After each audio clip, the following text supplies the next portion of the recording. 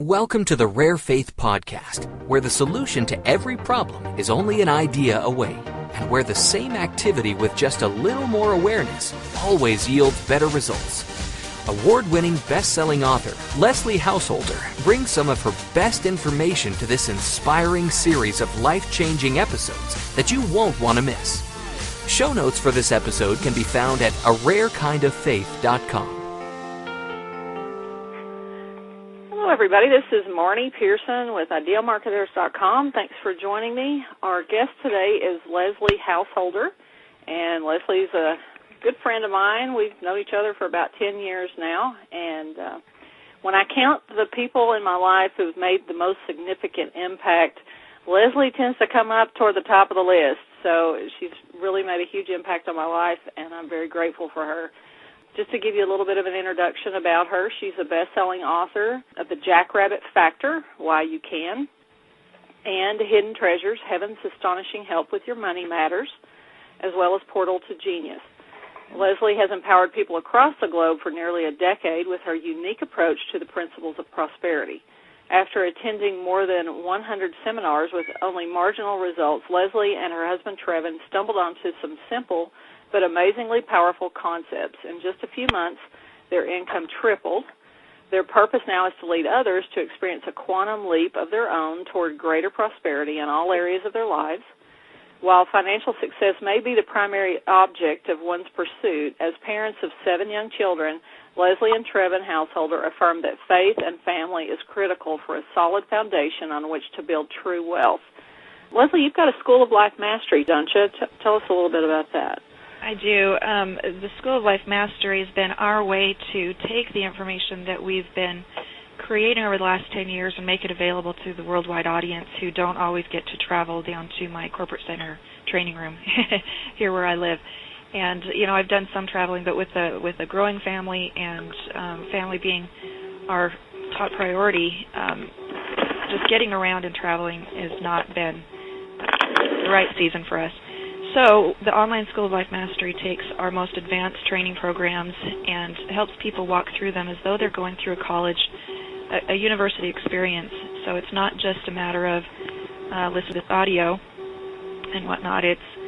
We're going to walk you through these lessons one at a time. We're going to check your understanding about them. We're going to give you assignments that you'll come back and your life will be transformed. Yeah, and her School of Life Mastery, I think that's great because that's the way Leslie taught me.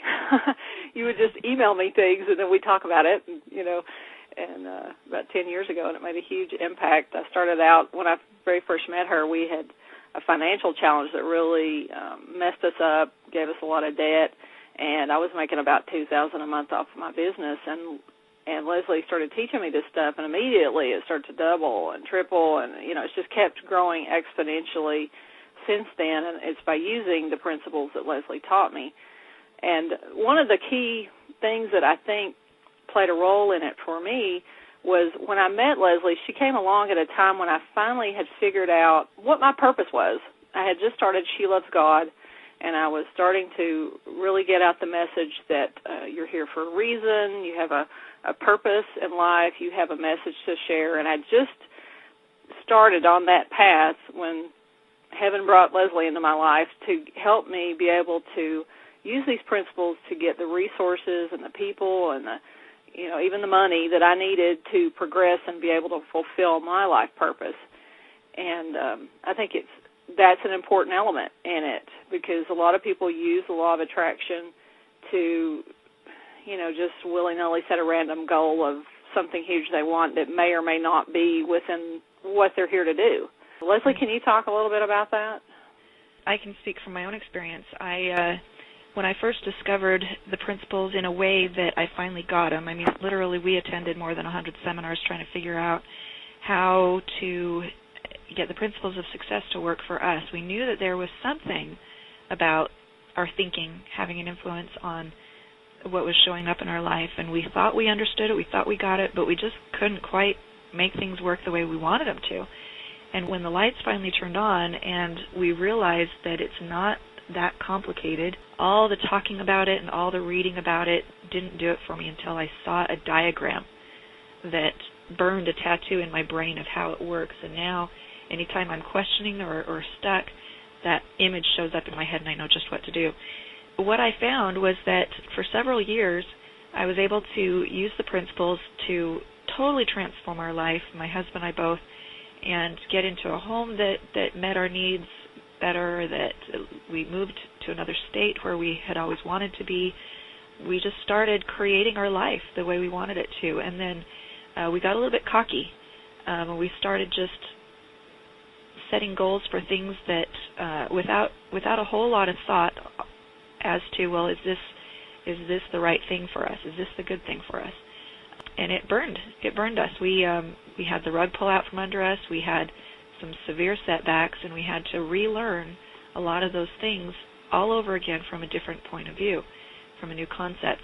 And what I found out is that every one of those lessons has been good for us, so I don't regret any of it because of what we've learned through it. But I have discovered that the principles work more dependably, and they work more long term, and they hold you up in that journey of trying to accomplish a really, really tough goal if what you are setting out to do is in alignment with your purpose for being here. And that can be a spiritual conversation or a religious conversation. That's up to you how you want to look at that. And I'm not saying that, like for me, I consider myself a very spiritual person with religious convictions that are important to me. But I also know that I have a contribution to make while I'm here on this planet that spans and bridges gaps and is not only in one category of my life. There's more for me to do and more people to reach than maybe what I originally thought. And so when I am taking steps and taking actions that support or are in alignment with that core divine blueprint for my life, then the principles support me more dependably. I found out that you can get anything you want with the principles of success, but you will only have long-lasting joy and fulfillment and that deep satisfaction of accomplishment if your whole life is in balance around your life's purpose. Yeah, totally. I agree with that. Now, I like that core divine blueprint. In Portal to Genius, you cover this, don't you? You cover the story of a man who's trying to figure out his purpose. Right. And actually there's a handful of characters that are all simultaneously asking these same questions in their life, and they're totally different kinds of people. There's the surgeon who used to love football. There's the housewife who used to love dance. There's the man who wanted to be a doctor and ended up being a salesman. I mean, these people who their lives just didn't quite work out the way they wanted them to, and they're trying to figure out how to get on track so that they can look back on their life at the end of their days and say, man, I did what I was put here to do, and that gratification, that legacy has been fulfilled. And so and what's interesting is as you watch these different characters do this soul searching and interact with each other, it's fascinating to see how everybody's got a similar quest, but everybody's going to find it in a different way and doing different things, and yet they're using the same principles to come up with these answers. Can you share some of the principles that would lead somebody to being able to figure this out for themselves? Well, it's one of those things where we could talk about it for weeks, and we'd only just maybe skirt up against it. It's such an interesting process that has to be experienced before you really understand it. But here's some questions that a person can ask themselves to kind of get moving in the right direction. I've found that a lot of times the books I read aren't so much teaching me something new as they are confirming to me or countering to me something of my own experience, my own conclusions. They're either confirming my own conclusions or they're giving me new ways to look at my own conclusions. I don't know if that makes sense, but when you're on the right path and you read a book that really hits you, it's going to be because that book is telling you, yeah, you're on the right track, and those are the best kind. But some questions a person can ask is, just making a list of what are some things that really bring out the best in you. What things do you do that when you're doing those things, you are alive, you feel inspired, you feel soul expansion. It might be, like for this one character, it was football, and it really bothered him that he would finish an incredible surgery, a groundbreaking operation that saved a life, and he went back to his office and he just didn't feel fulfilled. And it bothered him why his thoughts kept going back to football. And it's not because he needed to be an NFL player. That wasn't it. It's really interesting to see how his experience in football taught him some principles that he was able to turn around and apply towards his life work that brought it all together and gave him that fulfillment and satisfaction. And so you think back in your life at times where you felt alive and you felt empowered and purposeful, and even if you can't see how on a grand scheme of things it could have anything to do with your sole purpose, it has taught you lessons. Maybe it's taught you teamwork. Maybe it has taught you independence. Maybe it has taught you tenacity. Maybe it's taught you patience. Whatever those lessons are, those ultimately culminate together to show you how you can bring them all together and make the contribution to this world and leave the legacy that you want to leave. Even if as you're listening to this call, you haven't even got a clue what that might be. You can just trust that life has a way of leading you towards it, especially if you start looking for it. You know, they say seek and you shall find. Well, it's true in this situation as well. I teach goal-setting classes, goal-achieving classes, and one of the questions that has come up more than once is, well, you know what, I get it. I understand that I could apply these principles and achieve anything I want. I just don't know what I want. I don't know what I want to do. I don't know where to go or what, you know. And I remember watching a movie probably 15 years ago called Rudy. It was about a football player, Rudy Rudiger, who played for Notre Dame or wanted to all of his life, and he ultimately did, but the whole time you're watching this young man with a passion and a determination like none other to accomplish this goal. He wasn't built for it. He didn't have the grades for it. He didn't have anything going for him, but he made it happen. And when I was done, I was so inspired by that movie. I was so empowered. I was like, oh my gosh, I want to feel that way about something. And then I got depressed because I didn't know what I wanted that bad. I couldn't think of anything that I wanted that bad to go through the kinds of things he went through. And so that began a new kind of quest. Instead of a quest to accomplish your goal, you can be on a quest to find a goal to accomplish that's worthy of you. And so I teach people, okay, so you set a goal, and you write it down in present tense. I'm so happy and grateful now that I have discovered what I am here to do next.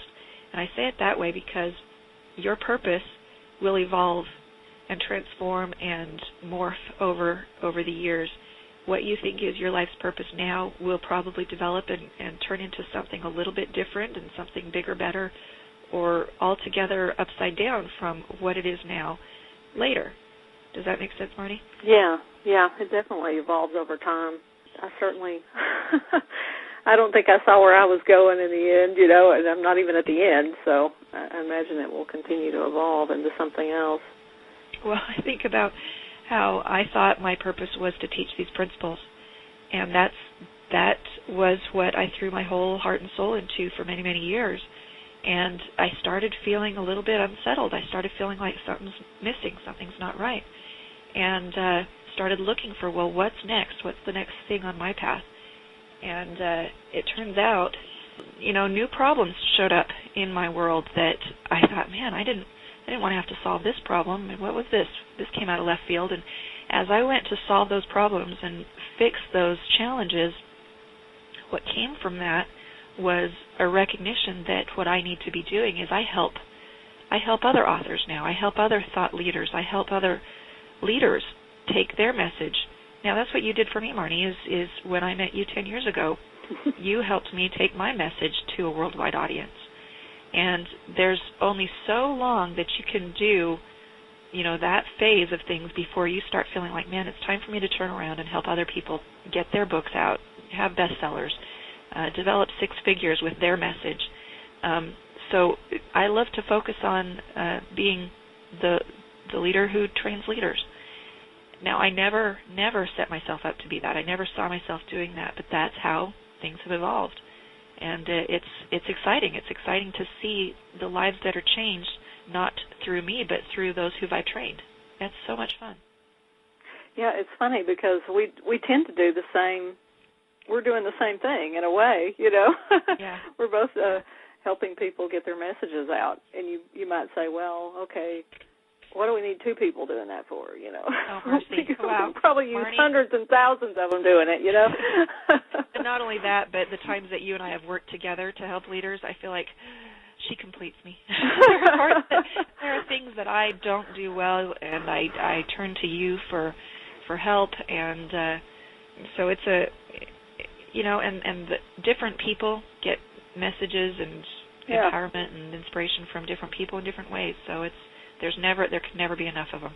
Never. Right. Yeah, I agree. I mean, when I was studying these types of principles, I had studied them before I met you, but I was frustrated because these things don't work, you know.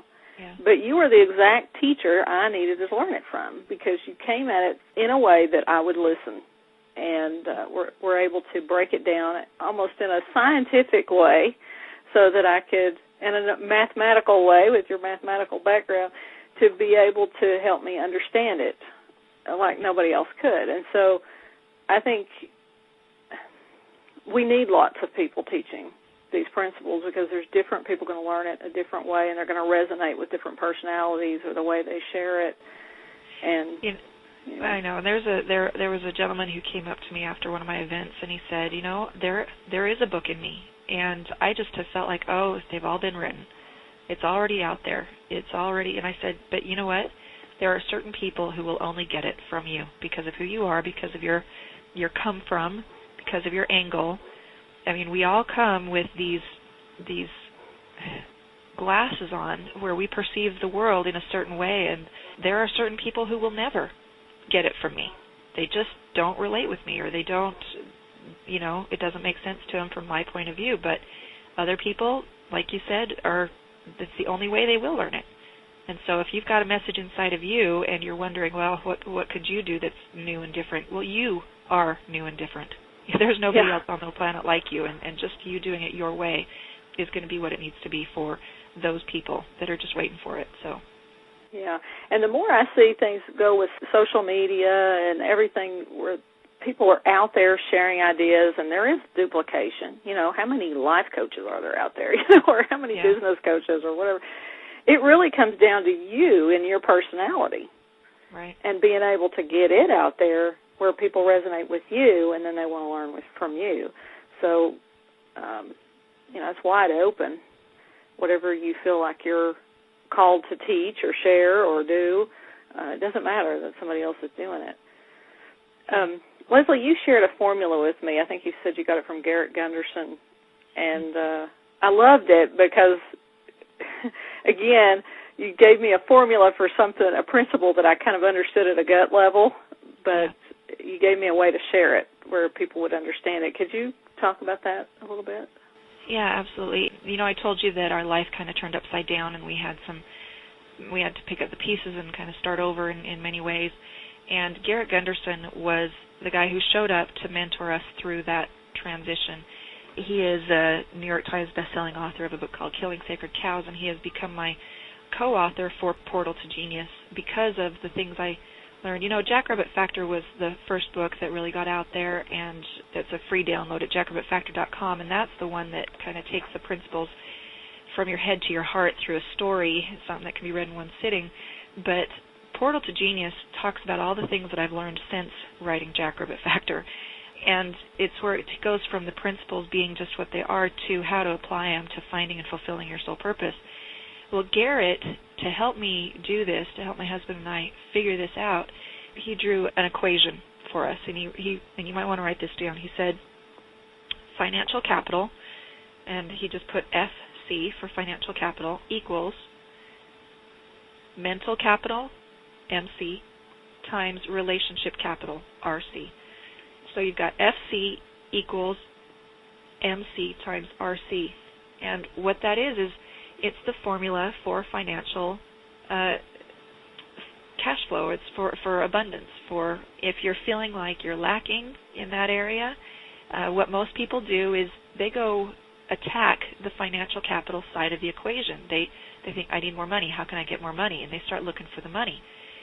But you can trust this principle. This formula is that if financial capital is low, then you need to forget about that side of the equation and go to the other side of the equation and start building on your mental capital. In other words, learn something new, gain a new skill, or develop mental capital that can be shared with others. Whatever it is, that knowledge, either gain more knowledge or deliver more knowledge, and that builds the mental capital part of the equation. Relationship capital is building relationships. It's serving others. It's developing relationships that can be strategic. And this is something that Garrett did for us when we first met him. I was on his radio show a couple times. He invited me to do that. And then I was doing an event one summer in Salt Lake City, and he heard I was coming out, and he says, well, what if I have you on the radio show? We'll help you promote the event, and then that way we can get a lot more people there for you. And I thought, well, that'd be great. Free advertising, of course, that'd be fabulous. And then he says, well, do you need someone to introduce you? I'm like, yeah, that would be great. And then he says, oh, well, what happens if we get too many people signed up? Do you want me to bring my camera crew in, and we will do it as a webcast so everybody all over the world can see it who couldn't get into the event? I'm like, okay. I was feeling a little awkward about the whole thing because I'm just counting all of the dollars that goes into those kinds of resources. And I was feeling uncomfortable. My husband and I were like, okay, what does he want? Being suspicious, why he would be so giving, so generous. And so we did that event. And by the way, that event is the one that I pointed you to. That's the Stickman video. That was the event that Garrett stepped forward and helped us create that video for our viewers. And what I realize now is that he was focused on the right side of the equation. He was building relationship capital, and he was creating mental capital for his subscribers who he told about the event, and for our subscribers, our viewers, our readers. And he wasn't worried about the financial side of it because the financial side is a byproduct. It's a natural byproduct of the mental capital and the relationship capital. And it's not a plus between the two, it's a multiplier. Because if you are a relationship that multiplies value for someone else, then the financial capital is going to follow you more naturally. It's not a trade this for that. It's a multiplier as you are that giving as he was. And since then I've learned that is why he's been so successful, because he builds relationships. He helps people solve problems. And he does it knowing that the financial side will work itself out. Now, yes, he does do transactions with people, but he is first about the relationship. He would rather preserve a relationship than get the sale. Mm-hmm. And so in our struggles during that time, we had to get our head out of the financial side, and we were really stressed because things were really, really scary. But on a day-to-day basis, we just asked ourselves, okay, what could I do for someone else today? How could I develop mental capital for someone else today? How could I increase my own mental capital today? And just trust that the money will be there as it was needed. Now, did it always happen as fast as we wanted it to? No, but this is your only true source of financial security, and that is to discover and fulfill your life's purpose and operate on this equation the way it was designed. And it really does come down to trust, because who you help may not be the person who helps you. Right. In fact, most of the time it isn't. It's not, no. And it doesn't always come exactly from where it comes. Because, like, for years, I have focused on, especially the relationship capital and putting knowledge out to help people, building relationships with other people that I admire and who have a message to share. And my financial capital comes in, but mine in particular, it comes from, I'd say 75% of my revenue comes from advertising, just running ads on my site. So I'm not necessarily monetizing every relationship and every mental capital that I have, but it's coming from a totally different place. Yeah. So it's almost like you just put it into the pool and it will come back. Not everybody's going to have the same model I do, but I think I've been able to see that in action, that you just have to trust that it's going to come back around, and it will. Right. In whatever way is the right way for you. It's a hard thing to do, but it's rewarding. It's one of the most rewarding things you can do, is to just put your trust in the principles, in a higher power that kind of orchestrates all of it, realizing that as you operate in that place of faith, that the things you need come to you more easily than when you're strapped with fear and not being useful to anyone. You know? Yeah. It's not always cash either. It's not always money. I mean, the thing you need could be the person that walks in the door. Right. For me, I'd rather have a really cool person than a blob of cash. Yeah. I just really would. I'm kind of a people collector, so, you know, because they've got their mental capital as they come to you, you know, and you can tap into that a lot of times. And the more you're willing to help other people get what they want, then they're going to help you get what you want. You know, it goes both ways. Exactly. So it's cool stuff. It's you know, in those times where you feel like the world is just crashing down around you, it's one of the hardest things you can do to think about who you can serve. But it's a formula that works. It's a formula that is so important to live by and to trust. I heard a story of a man who was in the Depression era, and he didn't have work, and he didn't have what he needed, but he couldn't stand to sit idle. So he went to the railroad project and asked the foreman for a job. And they said, well, we don't need anyone. He's like, okay, well, I can't be idle. So he just started helping anyway. And he volunteered. And he put himself in a place where he was building relationship capital with those around him. He was developing relationship capital with the community just by being of service that way. And the foreman was so uncomfortable with this that he ended up giving him a job after all. And so it's just don't be idle. Do something. Do something. Contribute. Be a producer. Yeah. Yeah, there's a lot of people out there with a lot of time on their hands, and if we start using it a little bit more proactively to produce some really cool things, we can make a big difference in the world, I think. You know, and one of the easiest places to start with that is to just put up a blog and share what you know. Yeah. Even if nobody even ever finds it, that's not the point, because what you can do right now is you're just building mental capital to be useful to somebody, whoever ends up finding it. And you'll find out that people will find it and people will benefit from it. And some people, they're really good at sewing, and so they can create little videos or blogs about tricks on how to do those tricky corners or whatever. It doesn't have to be big, huge, earth-breaking something. It's just sharing what you have, whatever it is. And the feeling that you get from doing that is empowering. And it's because you're doing something that is an extension of you to serve others, and that always is accompanied by a feeling of satisfaction and an increase of, you know, that soul-expanding feeling. Yeah, I've always felt like it's not really mine until I've shared it. Ooh, I like that. And people probably heard me tell this before, but I think it was instilled in me as a kid because my dad would teach me things, and then his friends would come over and he'd have me kind of show off, you know, have me read out of the newspaper or teach me math tricks, and have me show his friends how to do the math tricks, or that I'd do them. And so he kind of instilled in this hard-coded thing, you know, you learn it, you share it. You learn it, you share it. Oh, that's good. It's been a really cool way to live my life. And the older I get, the more I realize that if this is my purpose of what I'm here to do, to put out good things, to share good messages and help people with good messages, get those things out, heaven sent me the best father on the planet to help me do it. Yeah. Because there were just little things that he did that he doesn't really know why he did them, but they hard-coded in my brain the things that I needed to be able to really put myself out there and put things out there in a bigger way and not take it personally. If I put an idea out, it doesn't fly or whatever. You know, another little thing he had me do was I just like to draw, and I would draw these pictures, and I'd put them up around the house like a gallery, and he would look at them, and he'd say, well, I don't know if I like that one. I'm not sure. Oh, I really like this one. And he'd buy one from me for $0.25. And I started thinking about that now, and I'm thinking, he taught me that people aren't going to like everything you do, but you're looking for the thing that's going to resonate with other people and that they're going to like.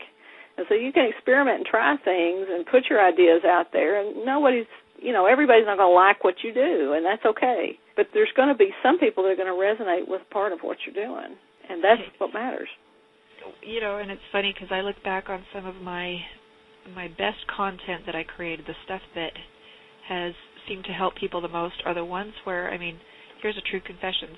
Most of the articles on my blog were me coaching me through what I was going through at the time. So I took the position that I'm teaching others how to live these principles for greater success and whatnot, and I would be in the middle of something myself, trying to recover from our big setbacks or whatever it was, and as I'm writing out, okay, what would I tell somebody who was going through what I'm going through? And I'd write it, and I'd get some of the best, coolest, most inspiring stuff come out of there.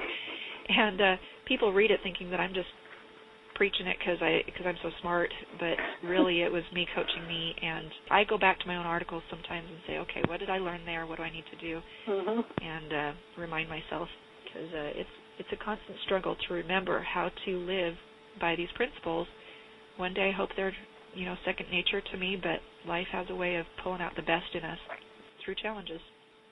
So we touched on living for purpose with this and everything, and the principles. We haven't really talked about a principle so much, and I was thinking of the principles that you taught me, the two that were probably the biggest for me were the Law of Polarity, which is within every bad situation is an equal and opposite good situation. So if something's catastrophic, there's something phenomenal within it. Right. And that really helped me, because when something bad happened, I'd start to look for the good in it, and you can flip it around a lot faster.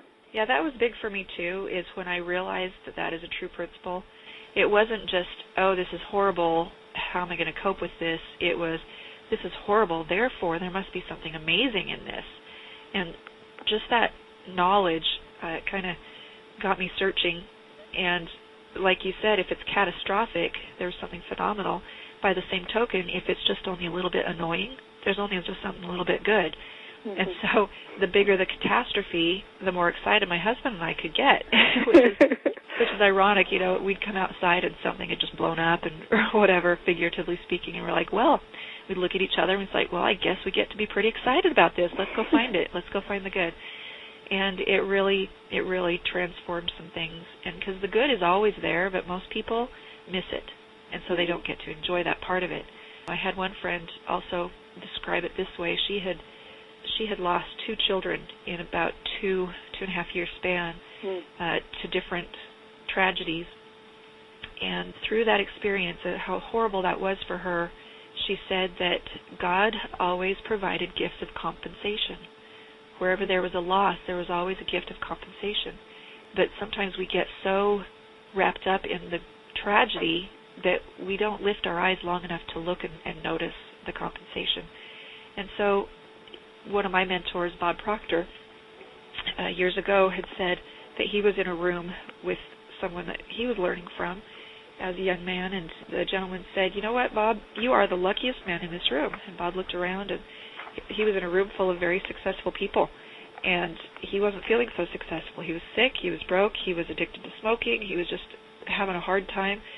And he looked around and he thought, boy, I sure don't feel lucky. And the guy said, you are the luckiest man in the room because you have the greatest opportunity.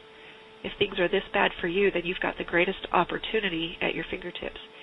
And for those who know who he is, he has certainly turned his tragedies into triumphs, and he's helped a lot of people along the way. And so if you're feeling unlucky, the Law of Polarity is a good one to ponder upon and think about.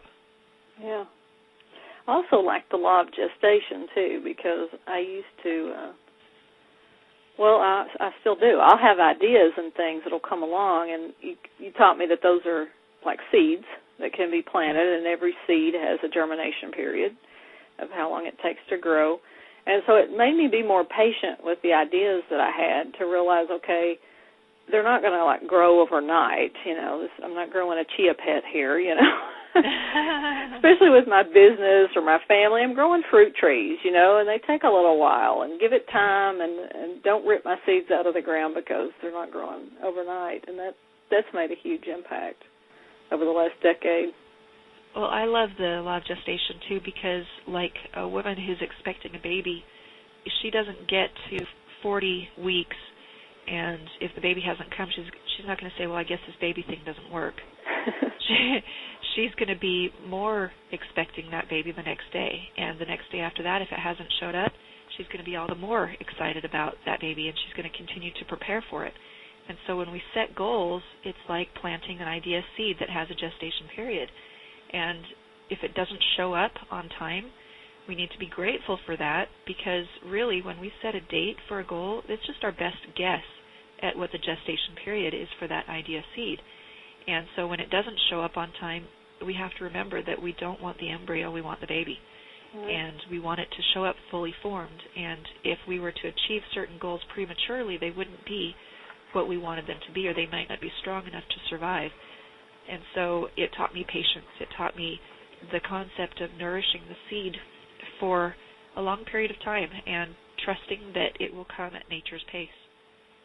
Yeah, and learning that, too, helped me with, I used to be very much a control freak kind of person, where, you know, if I had a goal, I'm going to go get it, and I'm going to force that square peg into the round hole, and I'm going to, you know, and be very controlling about things, and it's enabled me to back off and trust the process. Have you noticed anything different with your journey about how much you want to control things versus? Oh, funny you should say that today. Okay, there's one I needed a reminder for. Yeah, I you know, when I was first learning these principles, I was, and even still, I tend to be very impatient. I want things done. I want them now. I want to just go make it happen. I don't like waiting. But when I learned that, you know, it's not our job to manage the creative process, we need to resign as manager of the universe because it's not our job. When I remember that, things go a lot more smoothly. It's like trying to push a rope. It doesn't work so well. It can be done, but it's better if you just do it the way it was designed to go. So, yeah, that's a good one to remember for sure. Do you have a favorite?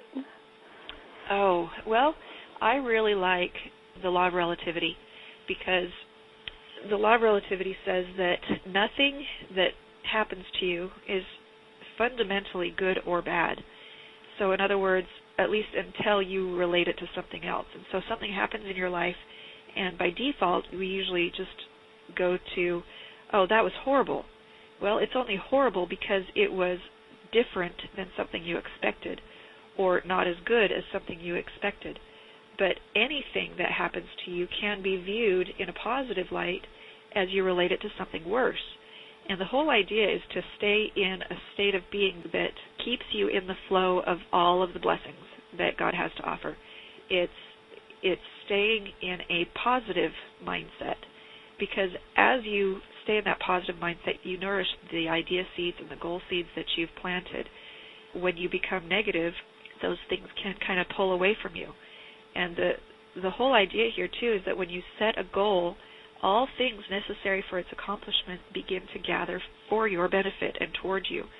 But when we doubt or throw the idea seed out, then all those things pull back. And the problem is we don't see evidence of this cosmic dance, if you will, going on. And so it's easy to not see evidence and throw it out.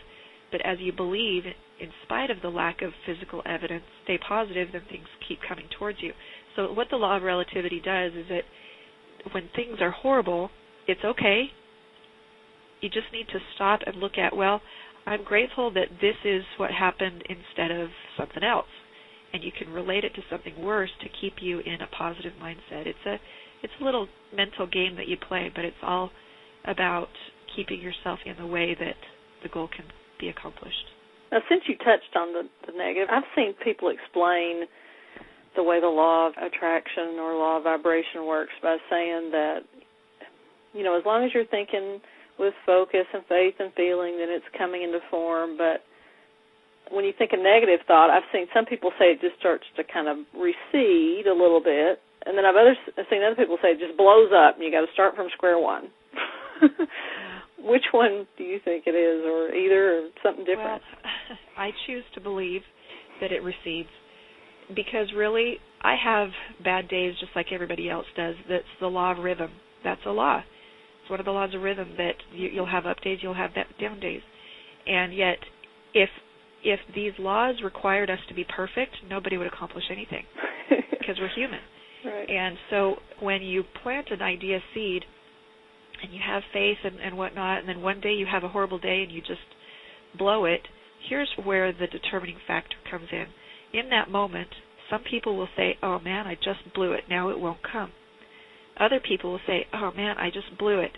Thank heavens there is mercy, and I rely on that mercy. And the reason I can rely on mercy is because have you ever planted a seed in your garden and forget to water it one day? Mm-hmm. Have you ever had a day that scorched the ground where that seed is trying to germinate? Yep. Did it still grow? Yep. Was it ideal conditions for its growth? Nope. But it still grew. But see, what happens is when you have a bad day and you think, oh, man, I blew it, I guess it won't work for me, what you're doing is you're digging up the seed and throwing it away. It's how you choose to react then. How you choose to view your response has more to do with your success than whether or not you had a bad day. Good. All right. I like that. And it's not carte blanche excuse to just be horrible or anything like that, because it's really hard to believe in your goal if you're constantly in this negative place. There comes a point where you won't even believe in your own thoughts. You know what I mean? You could say, well, I think it's coming anyway, even though I'm not working on it very hard. Well, deep down you know better. You know if you're doing your best. Right. Does that make sense? Yeah. So you don't need to obsess over being perfect and get upset if you mess up and all of that, but then you want to be doing your best that you can, and then trust that there's some play in there and a little bit of forgiveness and mercy along the way, right? Well, and what I've also learned is failure is just feedback. It's like the airplane that's off course, 95% of the time? Uh-huh. And that's just the way things are. You're going to be off course, you're going to make mistakes, but those mistakes are lessons. So do you learn from the lesson and adjust or not? Right. So what is the biggest lesson you think you've learned in the last, well, maybe since you wrote Jackrabbit? Because I know you went through, that tough time after that. So what do you think the biggest lesson would be? Oh, probably my biggest breakthrough, mental breakthrough, aha, whatever you want to call it, is realizing that there are hidden resources available to us. And a lot of times we do not discover those hidden resources until all other options have been exhausted. And so if you are striving to achieve something, if you're following a passion or a purpose and you get to the end of all the resources that you think you have available to you, it's in that moment that the genius resources can be found. And not that they can't be found otherwise, but it just seems like we get too lazy to find them until we have no other options. And I realized through some of our experiences that when we got to the end of all we could see and didn't know how we were going to take the next step, that place that I feared finding myself in, I was afraid, well, what are we going to do if we run out of money? What are we going to do if we run out of savings? What if we run out of credit? What if we, all of these things that I thought were so important, and they are, but it was at the end of all of that we found out, this isn't that horrible, scary place I thought it was going to be. Here we are, and we were still breathing, we were still alive, and we still had our choice of thinking. So I remember, and I share this story in PortaltoGenius, kind of fictionalized because it is a story, but there was one day that my husband and I, we got to that place. At the end of everything, we had, probably just a few days left of money and big bills coming and no place we couldn't see where the money was going to come from. And it was our anniversary, and we hadn't allowed ourselves to go out to eat for a year prior or so because of the finances. We just couldn't justify it. But here we were at the end of everything, and we thought, you know what, good grief, it's our anniversary. Could we just forget we have all these problems for 2 hours and go enjoy a meal out for our anniversary? And we just threw up our hands and said, who cares, why not? We went out to dinner that night and just decided to forget our challenges, forget our problems for 2 hours and just enjoy each other and talk about where we were going and what we were going to accomplish in the next 10 years. Because, we couldn't see very clearly the next few weeks. They were too dark and scary. But we could see 10 years from now 10 years from now, we knew we would have bounced back by then, surely, Mm-hmm. So we started dreaming about what it was going to look like 10 years from now, from that time, and we started just enjoying ourselves and getting excited and just saying, if we lose everything, if we have to be on the streets, if we have to whatever, what are we going to do? Well, we'd still do what we do because we're living our purpose, and we know that. And so we'd just start over. We'd build again. What would people think of us if we failed? Well, whatever. Who cares what they think? We're going to build again. And we just kind of answered those questions, what if, and we just started to dream again. And as we were leaving the restaurant, we went to the car after paying the bill, and the waiter came running out after us, and he was shaking the receipt, and he said, the manager just said that because it's your anniversary, the meal's on us. And we looked at each other, and we just got this big grin on our face, and to me, it was a sign from God that said, you keep doing what you were put there to do, and you will keep having what you need as you need it. And that's a lesson that I felt like I needed to learn, is that there is no such thing as stuck until you've decided that you're done. But that's a choice. It's nothing that something does to you. Nobody does that to you. That's an internal choice that you make if you're stuck and can't go further. Because in reality, there's always something else you can do. And like I said before, it's at the end of all you can do that you find the thing you need next. That's huge. It is huge. And I would love to say that it's something you can just learn from listening to someone else's story, and I hope that's the case. But I just want you to know that if you ever get to that point, it's not the big monster that we all think it is. You just pick up and take another step. Yeah. A lot of this stuff you have to learn by experience, I think, to really get it, but it sure does help to have somebody who's been through it tell you what you just told them. Well, and I've been there more than once. We had that one, and then we got to face it again, and maybe twice after that. And each time I fought it tooth and nail right up until the end, and then I got it again. I don't know how many times I have to learn the lesson before I really get it, but it's always been the same answer. It's true. It's true. Yeah. Now, give them your School of Life Mastery thing again, and let's open it up for just a few minutes of questions if we can. Okay. Well, I just want to say our flagship program, our most transformational program that we've had for many years, we've had hundreds of students go through it, and that's $850 program. It's a box that comes to you in the mail. It's got a manual with 300 pages in it, 24 lessons. It's designed to go over 3 months. It's got workbooks and a proprietary system for keeping track of stuff. But anyway, it's powerful, and we've had some amazing, amazing stories come out of that. We've created a forum where people share their stories, and there's hundreds and thousands of posts on that forum. But we found that a lot of people were stuck at the $850 price point. I mean, it really is a $2,000 program that I tried to make as affordable as possible.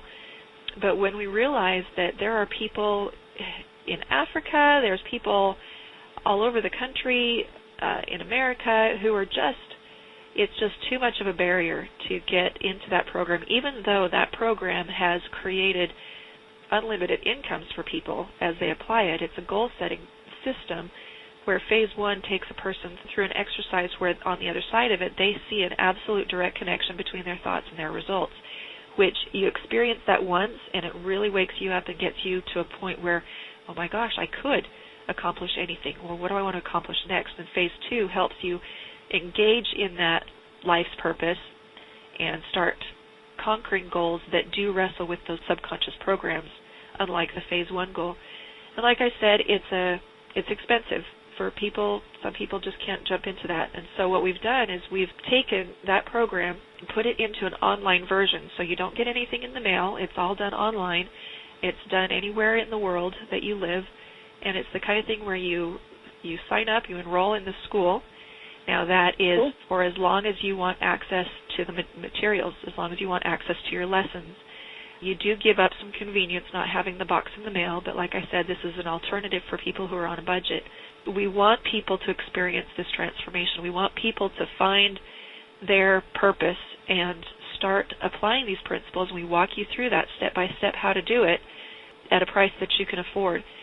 Now, those who go through the course and graduate with honors, which is, there's a point system, as you accumulate those points each lesson, they have an opportunity to join us for a mentor training program where they can take their message, or if they want to use a derivative of my message, we also encourage that, take their message to an online world to become a mentor for others and build an income from that kind of a lifestyle. So it's a powerful program. We've had a lot of people go through that, and the feedback has been phenomenal, and I know it's changing lives, and I would just encourage everybody to go to prosperthefamily.com. Go to prosperthefamily.com. It gives you a better explanation, and then it points you back to the school. Great. Well, we got just a few minutes here. I'm going to open it up. Okay. Do we have any questions for Leslie? Or I guess I'll say something. Okay. Someone had told me this, and I just want your thoughts on it. Different little projects that just all of a sudden came to me. And I mentioned it to this lady, and what she told me was, in her view, there are all these ideas that are just floating out in the world. And when they come to you, they're yours to do something with. But if you don't, they go on to someone else. Do you think that kind of way? I think that there is something to that. Let me explain why I hesitate to just jump entirely behind that one, and that's because I was struggling with more ideas than I had physical ability to even do anything with. I had so many ideas that it would take 3 lifetimes to develop all of them, and I thought, how could that be fair? That's not fair. I can't be responsible for all of these because there's no possible way for me to get them all done. And I was counseling with somebody who I look up to who said, you know what, I had the same problem, and there was one time I was praying about it, and the answer that he got from that was that all of these ideas are kind of like a channel, and when you plug into them, you're in the flow of all these amazing ideas. And he said, I was getting too many. I couldn't cope. I couldn't handle it all. And the impression that he got was, you're just seeing all these ideas because you're in the flow. They're there. They're there for everybody. They're there for anyone who wants to plug into them. But once in a while, you'll get an idea with this impression that says, Kirk, that one's for you. That one's yours. Do something with it. And that brought me a lot of peace because I was overwhelmed with all the ideas. Just take it a piece at a time. As you have an idea come to you, check in with your heart and just say, is this something that I'm supposed to do something with? And if so, what's my first step? Then all you have to do is take it a piece at a time, right? Well, you know, I think if you go watch that Stickman video I mentioned earlier, you're going to see a little more clearly what's going on, and it'll bring you some understanding about that. I appreciate that. Thank you. Okay. Well, we're just about out of time, so I don't know if anybody has one more quick question, then we could wrap it up. I have a quick question. I feel like I have a purpose, and I'm pretty clear on what it is, but I am confused because what I perceive my purpose to be, I'm not able to reap the financial success that I need to in order to continue on. And so I'm sort of stuck. And I just wonder if you have any thoughts, if you have ever experienced that kind of feeling yourself. So describe that a little bit. How did it come about? I'm an artist, and a lot of the work that I do, I really do feel called to it. I've made a lot of effort, maybe not enough, but, you know, I'm diligent in trying to keep getting the work out there and, you know, trying to make contacts and things like that, and it's very, very difficult. I think what I'm afraid of is that it's coming to the point where I'm not going to be able to do it anymore. Because of other circumstances, I'm going to have to seek other ways to bring income in. If that's the case, I mean, if it comes to that, and you have to divert your attention to take care of immediate needs, then just don't let go of the ultimate objective of getting back to it, because sometimes we have to do something that's undesirable in the middle to get to the ultimate goal. And it's so important that you don't look at that as a failure or as a backstepping, but as part of the path to getting there. Okay, because I think I do sometimes think that, well, maybe I'm mistaken. Maybe this isn't really my purpose. Maybe I'm mistaken because it's not happening. And so you're saying, no, just... No, keep it. Yeah, you know, that is so typical, I think, because I always have this saying of, it's like you're taking this trip across the country and you take a detour off to see the largest ball of twine, and you think it's a total waste of time until that piece of twine comes in later, you know, handy later in the journey, you know. And sometimes you're life path is that way. Like when I very first started Ideal Marketers, when I bought that domain, I wanted to promote people and their expertise and their talents and everything, and I put a few of my friends up there, and it just didn't fly, and I'm like, it just didn't seem right. And so then I had the idea for an article directory on it, and I put that on it and built it up, and then now I'm able to put people with their expertise and their talents and their things on it, and it's got enough traffic for anybody to pay attention to it. So it may have looked at the time like I'm going off on a side tangent to build an article and a content directory to do what I wanted to do to begin with. But everything happens for a reason. If you feel like you're off on a detour, you're probably picking up either people or resources or knowledge that you're going to need. Okay. And just keep trusting.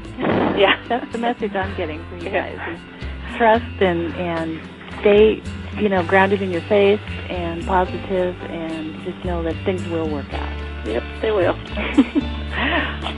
Well, thanks, everybody. And Leslie, I appreciate you being with me. This has been fun. Thanks for having me. As always, love it. All right. Take care, everybody. Good night. Bye-bye. Thank you. This concludes today's episode of the RareFaith podcast. You've been listening to Leslie Householder, author of The Jackrabbit Factor, PortaltoGenius, and Hidden Treasures, Heaven's Astonishing Help with Your Money Matters. All 3 books can be downloaded free at rarekindoffaith.com. So tell your friends and join Leslie again next time as she goes even deeper into the principles that will help you change your life.